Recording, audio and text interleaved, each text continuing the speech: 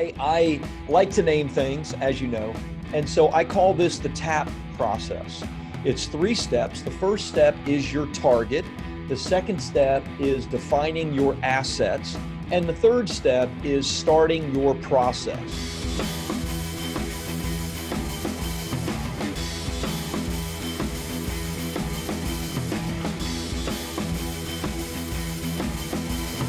All right, here we go. Rob here with Bestseller Publishing. This is our BSPU call. I think we have some good topics of discussion. They're going to dive deep in a topic that is near and dear to my heart, but also one that maybe I don't talk about as much because I don't do it as much as I used to. And that is the power of speaking and using speaking engagements and how to use your book to get speaking engagements. I'm going to give you a real step-by-step. I'm going to share with you a couple of ways that our clients are doing it, ways that I've done it in the past, and also some ways that you can potentially monetize the back end of it as well. So I want to talk about the power of speaking first, and certainly I want to talk about the steps to actually get great speaking engagements, even if you've never gotten a speaking engagement before. So a couple of things, and let's start off with some definitions. Number one, let's define what a speaking engagement is, which seems really simple, but I like to give a little bit of a definition because some people think of a speaking engagement for their book and they just think in terms of a paid engagement.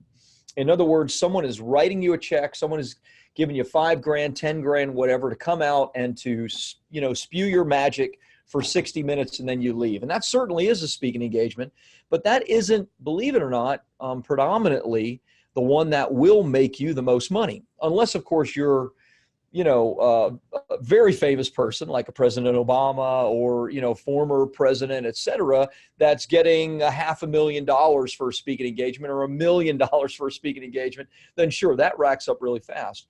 But $5,000 or $10,000, while that is better than a sharp stick in the eye, there are better ways to monetize your speaking opportunities. So that is an opportunity, but I'm going to talk not only about that kind of opportunity, I'm going to talk about opportunities that you're going to get where you're going to be able to present your magic and your material and not be paid anything. And you might say, well, why would I want to do that? Well, you'll want to do that if you're speaking in front of your ideal audience. You see, I've really only been paid once or maybe twice for a speaking engagement. And those kind of speaking engagements are nice. I did a 60-minute speaking engagement to a big sales team probably 2 years ago and, got cut a $5,000 check to do that. I don't do that very much. Only reason I did it is because it was here locally. I could drive to it and do it, pick up my check, which actually came in early, and then leave. But, and if you ever heard me tell this story and actually talk about it in the book, I actually lost money during that speaking engagement because I didn't pay attention to my calendar. You see, a speaking engagement that I've done every year is at Russell Brunson's event. And of course, many of you know Russell is a friend of mine. He's a client of mine. I've also been a client of his, part of his inner circle.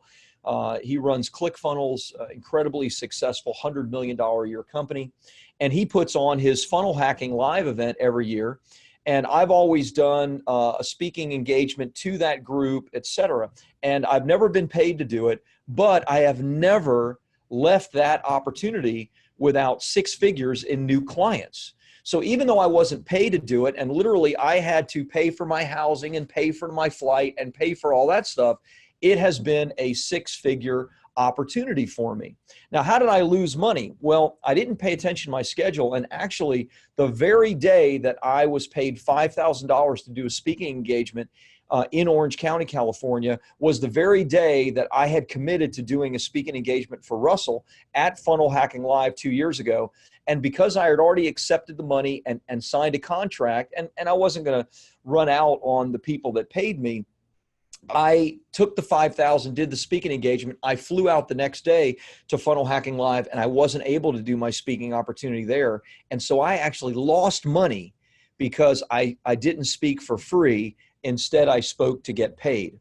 So the audience that you're speaking to is really the primary focus, the primary most important thing that you want to think about when it comes time to having great speaking opportunities. When I'm speaking in front of a bunch of salespeople that work for a big sales organization that aren't going or aren't interested to do a book with me, then I miss out on all of the back end potential book deals that I could do. Whereas with Russell in front of maybe thousands of people that many of which are interested in doing book deals, that's where there's a big opportunity for me. So I have a speaking engagement coming up in Hawaii, and that is completely free. I've got to pay to get out to Hawaii. I got to pay for my hotel. Of course, I'm bringing my wife. Of course, not of course, but we want to make it a nice time. So we got a, nice hotel with balcony right on the ocean, first class airfare. I mean, it's costing me $7,000 before I even pay for a meal to get out to Hawaii. Now, I didn't have to take my wife and I didn't have to fly first class, but the last time I did this speaking engagement, I did over $100,000 in sales in new clients that I brought on. So you always want to think in terms of, am I speaking to the right audience? So when I define what a speaking engagement is, I want you to define it as, it doesn't matter if it's free, doesn't matter if they pay you, and even if you write a check to them, which I've done on a number of occasions. Those of you who know Shanda Sumter know that I have sponsored her event many times in the past. She's a past client of Bestseller Publishing, a dear friend of mine, and I've spoken on her stage a number of times. Why? Because speaking in front of 1,000 of her clients gives me an opportunity to let them get to know me, and those that want to do books, write books with me. And so that's made us hundreds of thousands of dollars. So I will always define, and I recommend you define a speaking engagement or opportunity as one in which you are speaking to your ideal audience, okay? Because that's where the real opportunity is, by selling them more expensive things that you can help them with, whether that's coaching, consulting, service, advice, etc., information products, all of those things. You're gonna make the biggest bang for the buck. You're gonna make a great income and an impact. So now let's talk about kind of a 3-step strategy for you to get speaking engagements, now that we've kind of nailed down what the definition of a speaking engagement is. So I talk about this a little bit in my book. I'm going to go into great detail in it, but I like to name things, as you know, and so I call this the TAP process. It's 3 steps. The first step is your target. The second step is defining your assets.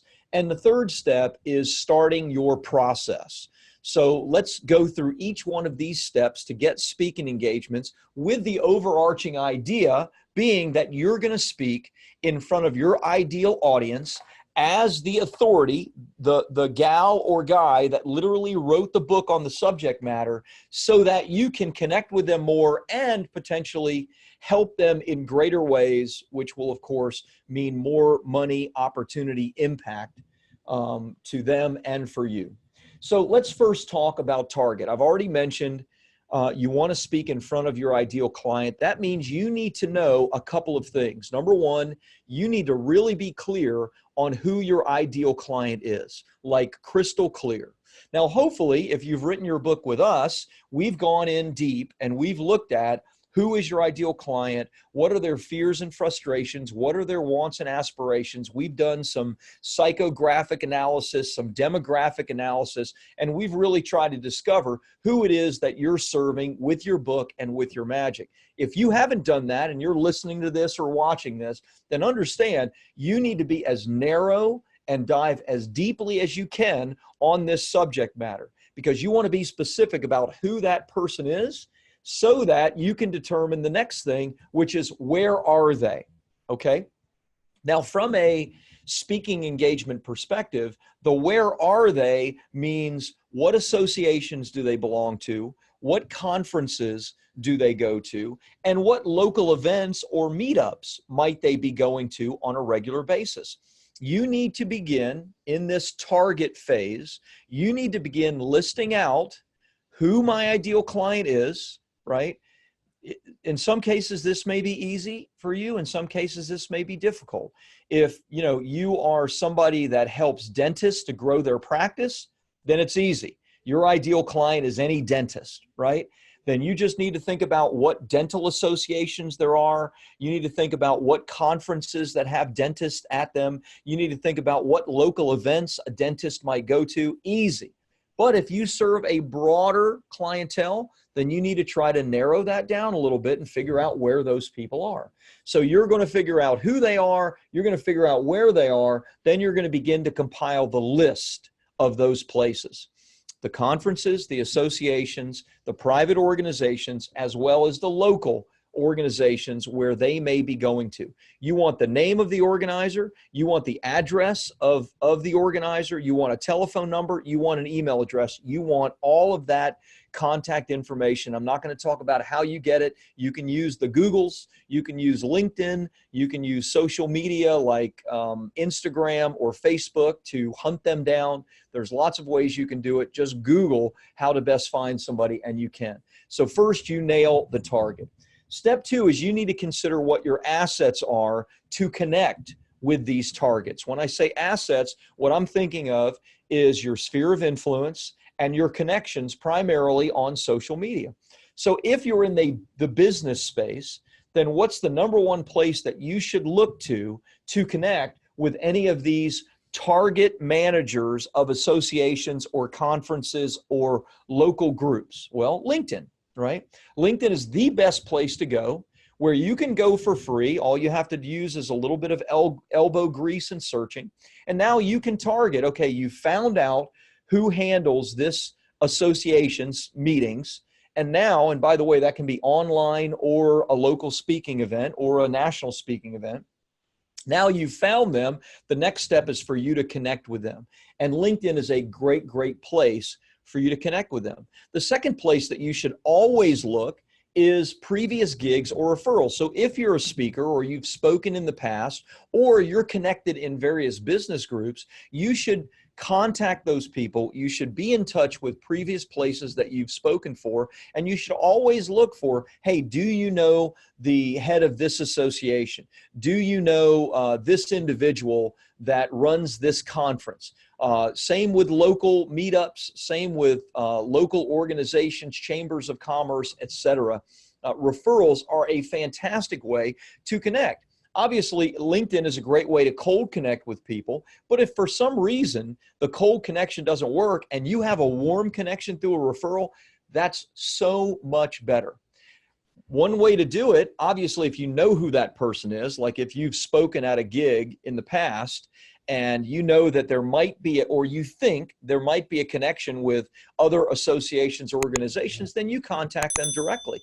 But you know what? If you're in business groups and you're known as a giver, where you're building relationships, you're answering questions, you're serving people, when you ask a question like, hey, does anybody know XYZ from this corporation? Or does anybody know XYZ from this association?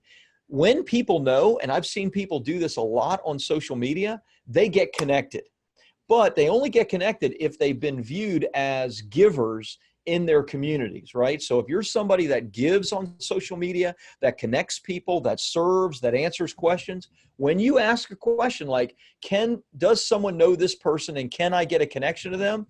Then one of your Facebook friends, right? Not real friends, but Facebook friends will connect you. And it's a great way to use that asset. By the way, if you don't have that asset right now, meaning you have a Facebook page, you have a Facebook profile, but you're kind of dead in it, then you know what? You should build that profile up by just going into business groups, answering questions, serve, give. Spend 10 or 15 minutes a day giving, and you will build great following and great relationships. And when it's time for you to ask, people will dive in and help.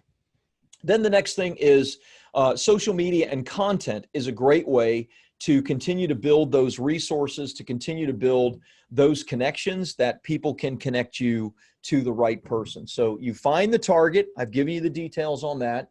You use your assets to connect with the target. Even if your only asset is a cold connection through LinkedIn, you can still connect with them. And then last but not least is having a process. Now, I share this example because I think it's a really good one. I have a good friend and a client, Roddy Chong.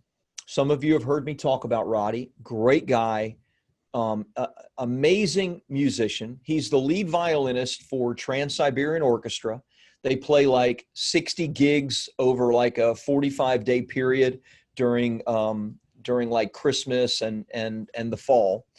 And previously, he was the lead violinist for Shania Twain. In fact, he just played with Shania not long ago, and he was the lead violinist for Celine Dion. So this guy, top of his game, worked with the biggest A-list musicians in the world. Now, Roddy is also, we're doing a book for him, and he's also a professional speaker and does like the most amazing speaking engagement where it's a combination of his story, playing the violin, talking about Celine. It's amazing. And so what Roddy does, now this is prior to his book being done, and his book isn't quite done yet. And I just met with Roddy not a week ago. He was out at my house. We were doing some filming for a video that he has coming out. But what Roddy did in the past, and what you should do, and what will work amazingly well with your book, is using your book to make cold relationships warm. So literally what Roddy would do and how he would book speaking engagements, and I'm talking major engagements in front of 5,000 people, is he would pick up the phone and cold call organizations, conferences, associations. And it worked. Cold calling still works. Now, I'm not recommending that to you. I have a better way for you to do it, but I tell that story because I want you to know Roddy booked $10,000 engagements. Now, he's also Roddy Chong, but they didn't know that when they picked up the phone, right? He had to warm them up over a little bit of time.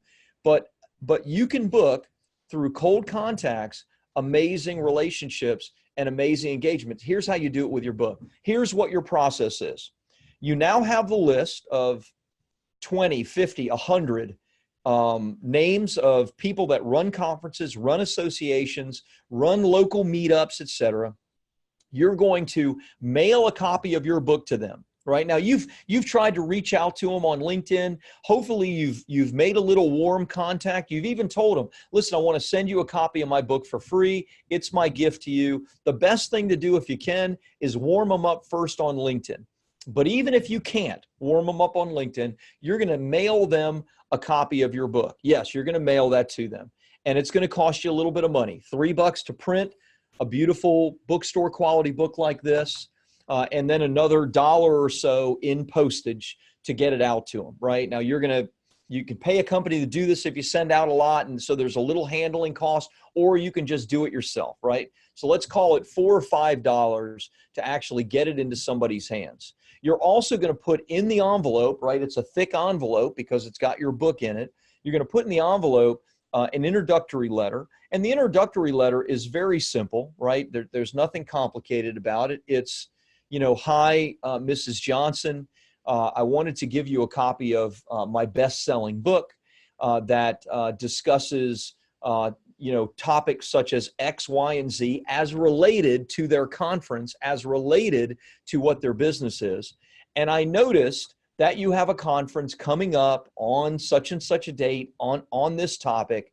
I actually discussed that very topic in my book on pages 106 through 118. Love for you to take a look at it. Let's connect over the next few days. Signed, Rob. Really simple.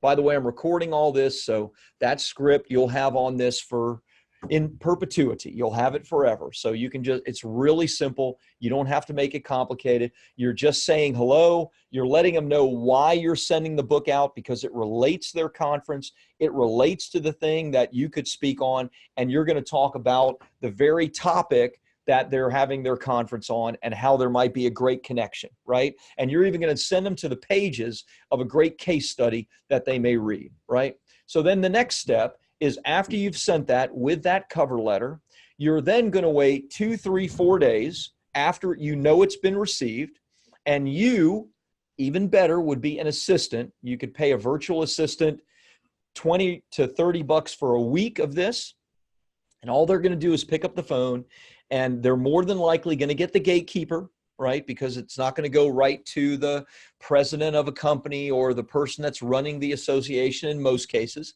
if it's a big association. And very simply, they're going to say, hi, this is so-and-so. I'm calling for Mr. Kosberg. We want to make sure that Miss Johnson received a copy of Rob's book for free. Did Miss Johnson get a copy of Rob's book? Yes or no? Yes, she did. Fantastic. Do you know if she had a chance to take a look at it at this point? She has not. Okay, great. Well, listen, Rob's speaking schedule is booking up for the fall. And your conference coming up on XYZ date is right in his wheelhouse for speaking. I'm wondering if it would be a good idea for us to get Rob together and your boss together just to have a 15-minute, how do you do and discussion on whether or not there might be an opportunity there. What do you think? Now, on that first call, you may get an appointment booked or your assistant may get an appointment booked, but in many cases they won't. It will be, oh, you know what? I don't know that that's the most prudent thing right now. Here's what I'll do. I'll speak to Miss Johnson. I'll make sure she takes a look at the book, and then I'll let you know. And then your assistant would say, great, here's what I'll do. How about today's Tuesday? How about I call you back on Friday to make sure that that was done? Fantastic. Now there's an appointment for a follow-up call. If you send out 5 books a week like this with this kind of process, now the key is consistency, then you're going to get yourself booked for speaking engagements using this process. They're going to see you as an expert, right? Because you literally wrote the book on it. They're going to be framed, pre-framed, to be interested. And guess what? In most cases, for these speaking opportunities, they're looking for people. They're looking for the right people to speak, people that are legitimate, people that are the right people to be on stage. And if you're there at the right time, as the right person, the right authority, then you're going to get the opportunity to do that speaking engagement. The key is you have to follow the process and you have to be consistent with it. It's not going to work in the first week. It's probably not going to work in the second week. Might get 1 or 2 in the third or fourth week. But by the time you do this for 4, 5, 6 weeks in a row, and you've sent out dozens of books and your assistant has called dozens of people, you're going to start booking engagements and opportunities. And then it becomes a snowball effect, because one opportunity leads to 3 or 4 others when you do a great job speaking in front of your ideal audience. Now, you may not be interested in speaking every single week, which is totally fine. Some of you may be, because that may be a thrill to do that. After you do that for a year or 2, you may not be so interested in it, because being on the road and doing all of that does take a toll. However, then all you have to do, if you maintain this same process, is cherry pick the best opportunities, the ones that will pay you the most, the ones that are in front of your perfect client, the ones that you love doing or that are closest to you.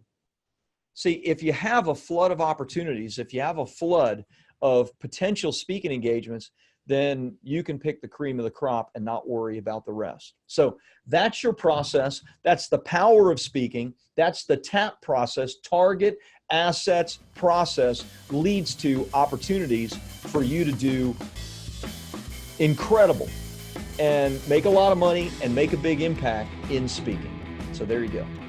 Hey, thanks so much for watching this video. Every week, we're posting tons more content to help you to publish, promote, and profit. So go ahead and subscribe now to the channel and click the bell icon to be notified whenever new content is available. And if you're interested in my latest book, Publish, Promote, Profit, just go to publishpromoteprofit.com.